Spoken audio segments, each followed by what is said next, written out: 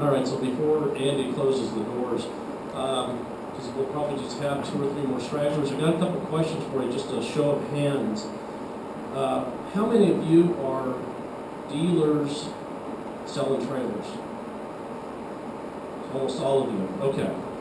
So how many of you started selling trailers first, then started thinking about a service department? Okay. And then this one, be honest. Those of you who are selling trailers that have a service department, how many of you feel like you're spending money to keep the service department alive? Now, come on, be honest. All right. So this, what I'm going to share with you guys today, should help you quite a bit to change your mindset about whether you dislike your service department, you're tired of allocating money to those guys. So just in a few minutes, as soon as Andy closes doors, which I guess we're set.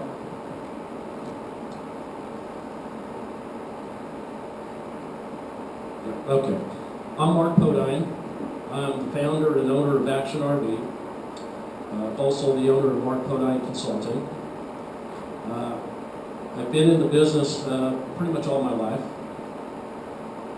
And I'm going to start by sharing my story with you guys. And my story is a story that hopefully will compel you to not make the same mistakes I made. Now, unlike all of you guys that raised your hand about having the trailer sales first and then adding service, I did it the other way around. I grew up in a family business. We repaired trailers, RVs, worked for my father. My father remarried. When my father died when I was the age of 25, I realized that my father had no succession plan. Now, I thought I was going to inherit the business.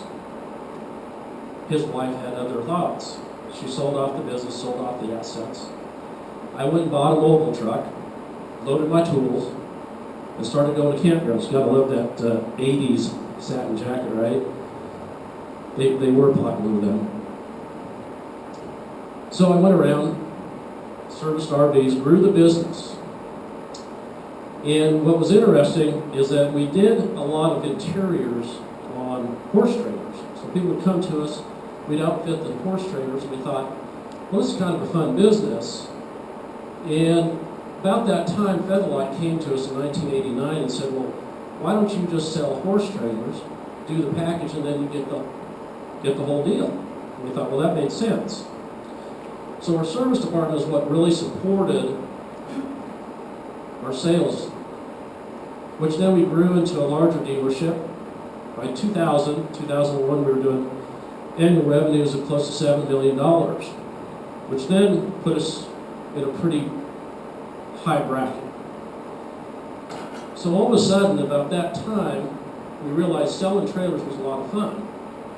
I mean, we were just blowing and going. We had a dealership in Phoenix, we had a dealership in Albuquerque, and things were just a lot of fun there. I mean, for those of you who were selling trailers in the early 2000s, you couldn't hardly not sell a trailer. We had a service department that was bustling, lots of customers coming and going. Everything was really awesome. A lot full of inventory.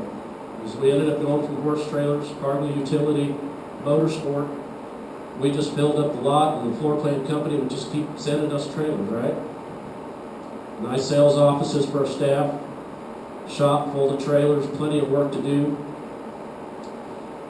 And we knew while that was happening that we were taking some of our focus off of our service, which is what made us great, and we couldn't help but start paying attention to managing floor plans and inventory and all the rest of the stuff that goes with that, right?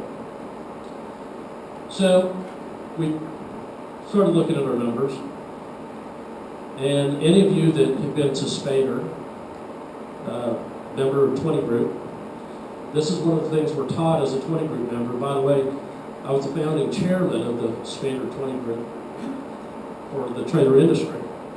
So we started looking at these numbers, and you look at the numbers, And you start getting through the expenses and you realize we're sucking. This is about 2008. Now everybody knows what happened in 2008 going into 2009. If you're a trailer dealer, it was tough. It didn't matter where you were. It was bad. And we shifted our focus from service to sales because it consumed all our time. Just managing the floor plans, managing inventory, managing the salespeople, trying to go get that sale from across the country that the customer is shopping on the internet, right? So we came to the conclusion that if we were to send all of our inventory back to the factory, the parts and service department could not pay the fixed overhead. It was a really dark time. And we made the decision to close down the dealership because we could only cut our overhead so much. And so we ended up sending the inventory back, letting our people go, close down the dealership. Greatest fear, or one of the greatest fears of any business owner, is closing down that business, right? It's failure. We did it. So in case any of you wonder what it's like to watch a dealership close down, these are pictures. Why I took them, I don't know. Maybe just to remind myself of the pain. But this is how it looks when they haul off inventory, when they repossess it, right? That's kind of an emotional time for me. We're finishing up customer rigs, trying to get them gone, take care of our commitments. Then we started selling off our assets, tools, equipment, all the things that are left over, parts, whatever you got. Because we still got to pay vendors, right? We got employees that we got to pay vacation time to. So we just sell it all off. What we didn't sell, we hauled off in U-Haul trucks, put it in storage. And this is what a dead dealership looks like. This is a tough time, man, I tell you. This is something you never, ever want to go through. And if any of you have ever gone through this, you know the pain. Now, this could have been prevented. What I'm going to share with you is what it took me to do to turn around, start back up, and have a profitable, sustainable service department. And the two important words are profitable, sustainable, because we didn't sustain them, right? That was a bad, bad time. So we bounced back. I took some time off, let the dust settle, and we got featured on the cover of RV Pro because we have a really unique system now. This is the system I'm going to share with you guys. Okay, this is what I worked on the entire time between the time we closed down the dealership and we relaunched the corporation in early 2011. But I had to change. Okay, I had to change how I did things. I had to change how I thought about things. And I'm going to share that with you. This is one of my favorite quotes. Failure is not fatal, but failing to change might be. So I knew I had to change. All right, so I'm going to share with you the three basic fundamentals of that change. So getting the right mindset. I had to change my attitude. I had to make a big shift in how I thought about service. Then I had to go out and get the customers because unlike you guys who are selling trailers, I have to rely on the customers you sell trailers to come to me since we're no longer selling trailers. And then, most importantly, I had to create an entrepreneurial workforce because there were a lot of things that we did wrong. And we even did it wrong when we were doing good, which means if we could have done what I'm doing now back then, we could have been even better. Now, one thing I want to really emphasize, you guys, is you can't just pick one or two of these things and go home and do it. You got to do all three because they don't work independently. All right, so let's talk about getting the right mindset. So let's think about your most valuable asset that you have in your dealership. Okay, it may not be coming to mind right now, but think of this perfect piece of inventory. It is your most valuable asset. All right. A couple things about this asset is it's always in high demand and you cannot shop it on the internet. Okay, because I know some of you wish you could be in the SEO talk, about how you can get those customers to find you on the internet. But this particular piece of inventory can't be shopped on the internet. It's going to have margins of 300 to 400%. Right? Turns up to 4 times per week. Think about what your trailers are doing right now. See if it does that. It automatically restocks itself when it's sold, but it has a shelf life. Right? It can stock and sell more than one at a time. But use it up, because at the end of the day, it's gone. It's absolutely gone. Okay, so what is this? It's got a cost of $15 to $25 per unit. And just for you guys, I'm not good at math. I mean, I know that if my wife has $5 in her purse and I have $20 in my pocket, my wife has 25 bucks. But that's about as good at math as I am. But if you take this, and bear in mind, customers are going to pay $65 to $100 or even more per unit. So do the math real quick. Cost of 25 bucks, right? Price of 100, you got a 75% gross margin, or $75. It generates returns of $3,000 per week with an investment of $1,000 per week. You have an annualized gross profit of $150,000. Okay, now are you interested? Right? For those of you that may be selling trailers and it's really hard to convince you that service is worth investing in, worth working on, these numbers are true. These are the numbers that we live and die by. So we know it's time. It's the same thing that doctors sell, attorneys sell, CPAs sell. It's time. It's the one common equalizer. We all have 24 hours in a day, but how effectively we use those hours is going to determine what we will have at the end of the day in terms of gross profit. So I'm going to tell you, don't make the mistake I ended up making, and that is having a service department there only to service sales. Okay? Because we will have another recession, we will have another tough time, and you're going to need service to carry you through. This is a photo from my screenshot of my expense, of my income statement from June. I took it because I've got some friends that are also in the service business, and we share screenshots at the end of the closing period of the month to kind of brag about here's how we did, how you did. But if you look closely at these numbers, we had a $24,800 profit in June. And I want you to bear in mind, we have 5 people in our business. 5, including me. Okay, this is not 4 or 5 guys and a bookkeeper and a general manager in the shop. 5 people. Now there's a reason why I like only having 5 people. Is that one, I like a very flat management style. I like people that are revenue generators, and then the people who administer and spend the money. I don't like anything in between. Because if you're middle management, you're a very dangerous person, because you're neither. Neither an income generator or an administrator of the finances. So a 35.29%.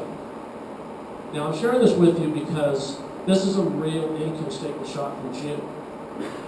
Now we don't do this every month. We have seasonal trending, and of course in New Mexico things get colder, mile high, things slow down. But bottom line is, this is something all of you can do, and it's not hard. Well, it is hard, but it can happen. All right. I've gone and consulted other dealers and helped them with their service and parts department and share with them in detail what I was going to share with you guys. But you have got to treat your sales department exactly like your retail customer, because essentially it's the same person, right?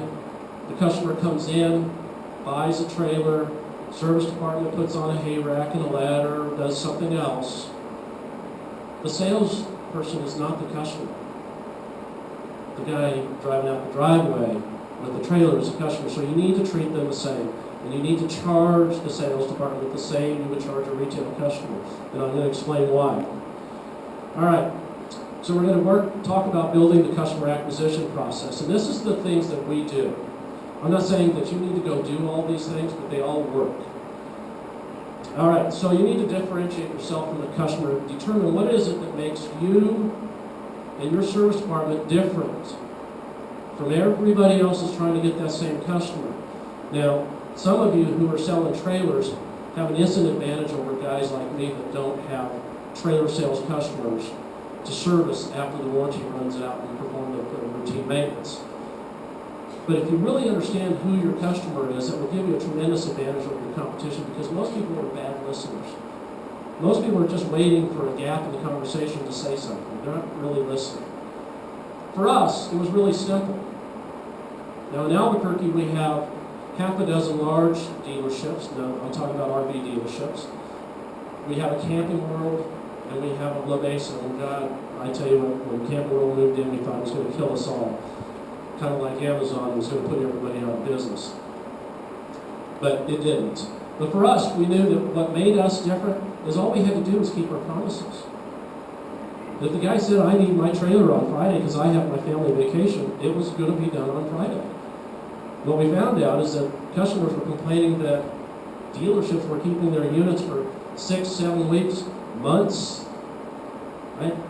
And the customers would lose their entire camping season because the dealership kept their trailer too long. So for us, it was just delivering a high-quality job on time. Okay, so back to not shopping on the internet. There are no two service companies alike.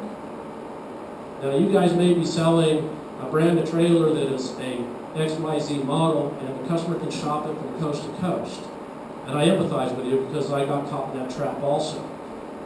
But this, in service, we can't shop on the internet. There are no two service technicians created equal. There are no two service shops created equal. So you don't even have to worry about that. And for most of our customers, and I'm going to guess it's probably true for you, is that less than 10% are really concerned about price.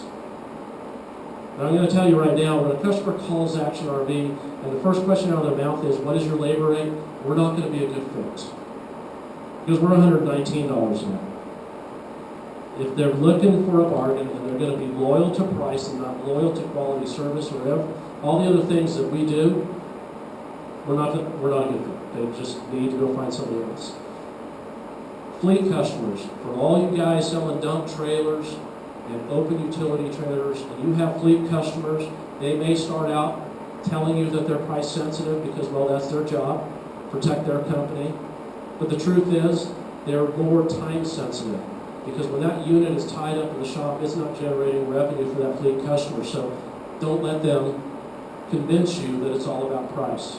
Because I guarantee you, your competition is dragging their feet if those guys are taking their fleet trailers to your competition. Be on time, keep your promises. Okay, this is something that I am absolutely passionate about. We focus on the top 20% of our customers. Okay? Those are the customers that always pay their bill on time. Those are the customers that don't complain about the bill. Those are the customers that send you other customers. And those are the top 20s. And the top 20s will produce 80% of your revenues if you look closely. And you have them in sales too. And you have them in your parts department. But the top 20s you want to keep. And you're going to do everything you can to keep them. The bottom 20s, fire them. We fired probably half a dozen. Those are the easy ones to spot.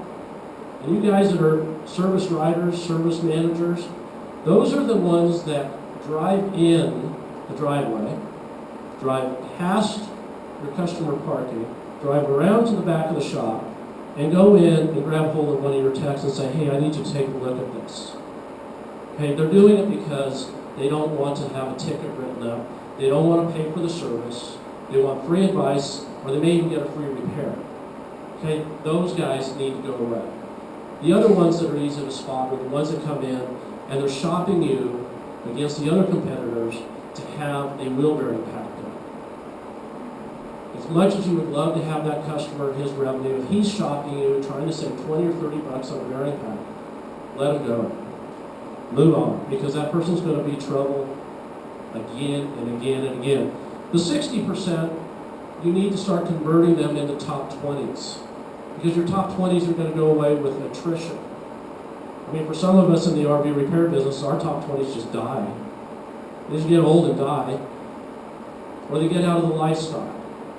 You know, maybe they bought a horse trailer because them and their kid are going to go do the high school rodeo, but now the kid graduated high school, going to college, no longer interested, they're going to sell the trailer.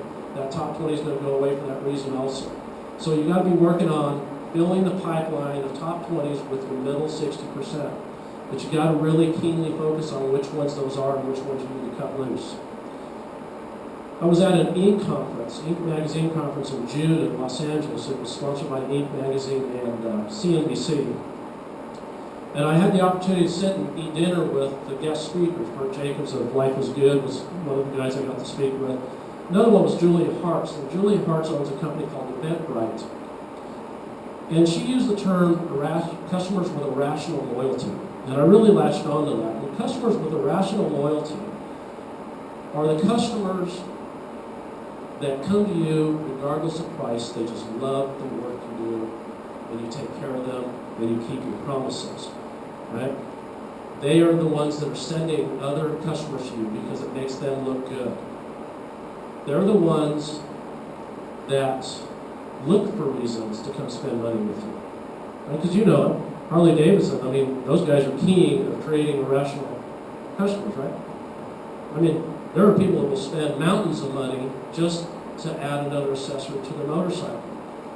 That's what you guys have got to do. You've got to create customers with irrational loyalty. Somebody once said to me, you know, you can shear a sheep over and over again, but you can only skin them once. Don't ever skin this customer. Give them a haircut, send them out the door, and they'll keep coming back. Some of the things we do to create customers with irrational loyalty, we have a mobile app. It's free. It's available on Android and Apple devices. It's not hard to do. I'm not a techie. I did it. What it does allow our customers to do is book appointments with their mobile app. It allows them to access technical service information 24 hours a day, 7 days a week. They just basically, in the form of an email, comes to me and I can direct it to one of my service techs. So on a Sunday afternoon, they plug into their trailer and their left turn signal's not working. We can maybe help them out and tell them, check your fuse, check this, check that. They can also view mobile-only coupons. Do a discount on a bearing pack. Do a discount on an accessory in the store. It's real easy. If you guys write this down, Como, COMO.com. They have the platform to make the mobile apps. They use them for restaurants, they use them for a lot of different businesses. It works great for us. We use Facebook a lot. We like to connect with our customers through Facebook. We do pay and boost Facebook posts. It used to piss me off because it was free. But yes, we'll pay to reach an extra 1,000, 2,000 people, which are friends of people who follow us. Now, the key here is you're not looking for quantity. I mean, it's no big deal. So what if you've got 200 likes or 100 likes? The important thing is the fact that they like you, they're on the verge of being an irrational customer. Or a rational loyalty customer, not a rational customer, we don't want one of those. But a customer with a rational loyalty. So if they're following you, they're keepers. They're probably pretty good. This is one from a customer of ours that was traveling through the U.S., touring the U.S., rented a motorhome. They're from Holland. We got them in, took care of them, and our service advisor, which also has a little craft store, left the customer a little gift in the motorhome because it was her birthday, and it kind of sucked for her to be spending her birthday at service shops instead of touring the U.S. We also take advantage of photo ops with our customers. This is Christian Parker. He wrecked his trailer. He had a big family vacation plan. We got it done 2 days early. He was so excited. He said, man, take a picture of me and my kids. We get to go on our family vacation. We use Google AdWords Express. I also manage this. I'm not a techie. It's a pay-per-click. You guys probably already know about it if you've been through any internet marketing classes. The beauty of having a service department is you don't need to market nationally. You just need to market regionally. You don't need the customer that's 5,000 miles away from you. You need the guy that's within 50 or 100 or 150 miles from you. This also works well to target transient customers, people that are traveling through that may have broke down. You guys know what your keywords are. This one was just RV repair New Mexico. This is a screenshot off my phone. right? It's real simple. You can also get a toll-free number from Google, so that way you can track the phone calls that come into your service department that were created or found from Google AdWords. Reviews. All right, this is where you got to put your money where your mouth is. Because if they found you through Google AdWords Express, 9 times out of 10, they also did a review check of what other customer experiences were at your service department. So there's 2 things that are really important here. One is you need to be on your game and be delivering those expert results and all of your promises to every single customer, because you never know who is going to leave a review. But if they found you this way, ask for a review in return. Don't be afraid. I mean, I hope that you're tracking. How did you find out about it, especially if they're a new customer? But if you have a top 20, ask them for a review as well. And they'll give it to you because they want to compel other people to come to your service department if you're really wowing them. We use service reminder stickers. If you're not doing this, it's cheap, it's easy. This sticker stays in the wheel bearing service cart that we use. After we get done doing a bearing pack, if it doesn't have a sticker on it, we put one on it, and it's going to remind the customer to come in 1 year from when we did the bearing pack. You can use it for other things like generator services, battery replacements, whatever. This is really cheap and easy, and it works well. We like to have a little fun with our service department. We have a t-shirt line. And we like to have, you know, since all we do is service, I know service is not as sexy as sales, you know, but we like to have fun. And so we do t-shirts. And this is our most current, most recent t-shirt. Matter of fact, I've got a couple here, so let's have some fun. Because I love t-shirt tosses. Men's t-shirt. Right on. All right. Ladies t-shirt. All right. That was for the gal behind. There you go. All right, cool. So we like to have some fun with this stuff. And this is one of the ways we do it. Now, these also work as nice uniform shirts for our service techs as well. We give them to our top 20s. We sell the ladies for $25 and men's for $20. Don't ask me why ladies' clothes are more expensive than men's. I don't get it because there's less material. It is what it is. We also have a lot of fun with what we call, well, you guys can use your Apple device. There's a free app. It's called iMovie. We made a little movie trailer, and I'll play it for you.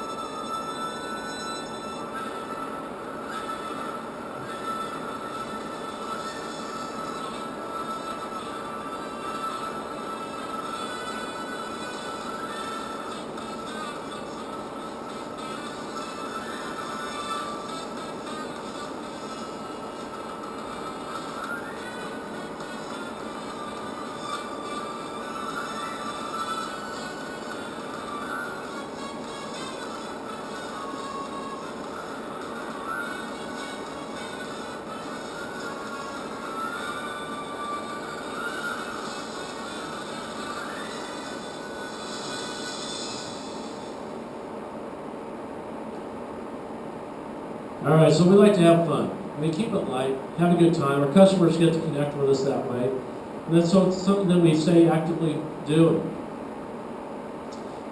All right, so now we'll get into some numbers and my philosophy.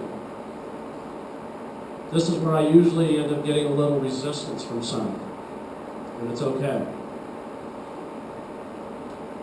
After I closed down the dealership, I thought, is everybody in as much pain as I am? Or are they just out getting another job and doing their thing? And I thought, how can I get everybody on board thinking like an owner? Now, I knew an old business mentor of mine that actually got mad at his employees. You're acting too much like an owner, he would say. And I always thought, well, don't you want them thinking like an owner? That way you don't need to keep reminding them of what to do. They can just figure it out on their own. So I knew I needed a new pay plan, a compensation plan that had to be completely different. Now, for those of you who have already got pay plans in place and already have a service department in place, this is going to be hard. Because anytime you change somebody's pay, they always know it's going to go down, right? It's never to make it go up. So it's really tough. But the pay plan, for me, it had to serve 6 different criteria. And I was very inflexible about this criteria. And when I presented to some of my business friends, I got some pushback. But first off, it had to be transparent. Because people talk. Employees talk. They know what each other's making. Even though you may have policies that say you and the other person will be fired if you share pay information, they know. Okay, because it happens at events like this. It happens at the bar after work. It happens during lunch. It happens at the camping trips together. But they do. And I guarantee you, if they don't know, they're assuming the other person's making more money than they actually make anyway. So I wanted a transparent pay system. Now, I'll tell you a story about my transparent pay system. About a year ago, now everybody that works at Action RV is on direct deposit. So the money goes into their bank account midnight Thursday night. So if they have online access, they already know what amount of money got deposited into their bank account. So I hand out paycheck stubs on Friday when they get delivered. And Chuck comes to me and he says, "There's something wrong with my paycheck." And I take paychecks incredibly seriously. I said, "Well, what's wrong?" And he just said, "It's just the numbers are not right." And I said, "Well, take a look at it." And he shows me. I give him my check stub. It was about $300 less than what he saw going in his bank account. So those mistakes happen. Now, yeah, Chuck made more money than I paid myself, and for me, that's a pretty damn good day because I'm hoping that everybody has. I'm hoping that everybody has really awesome paychecks because in the old days, I would do payroll and it sucked because I knew that people were getting a paycheck and I was like a little pissed out. But now,